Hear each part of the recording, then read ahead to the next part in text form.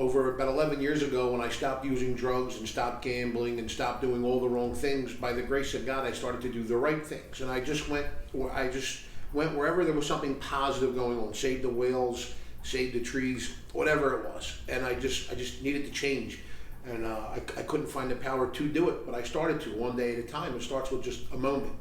And so years later, I was probably at that point, I've been married 11 years, and I've been involved with Father Paul. I'm not great with time, but probably 5 years or so now. And so I was 6 or so years into my recovery and doing the right thing, and I came out to a meeting, and I met Father Paul and George, and I just thought they were lovely men.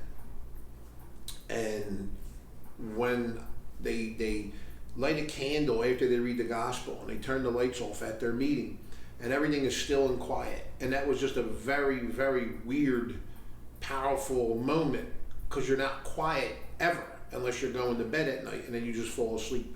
So to sit there and to be with myself very quiet with a candle lit, reflecting on the scripture, just drew me to come back again and try it again.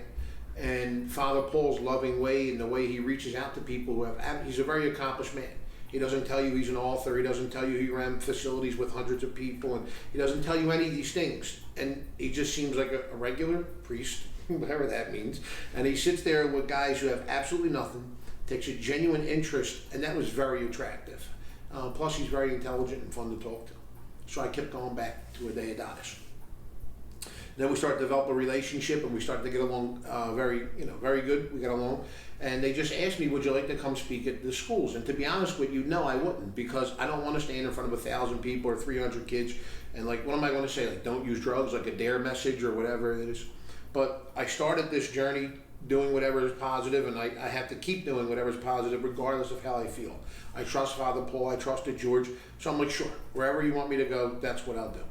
So I started to show up, and I watched how they put everything together, and it's been a lot of fun with them. It's been very interesting to see the reaction of the children.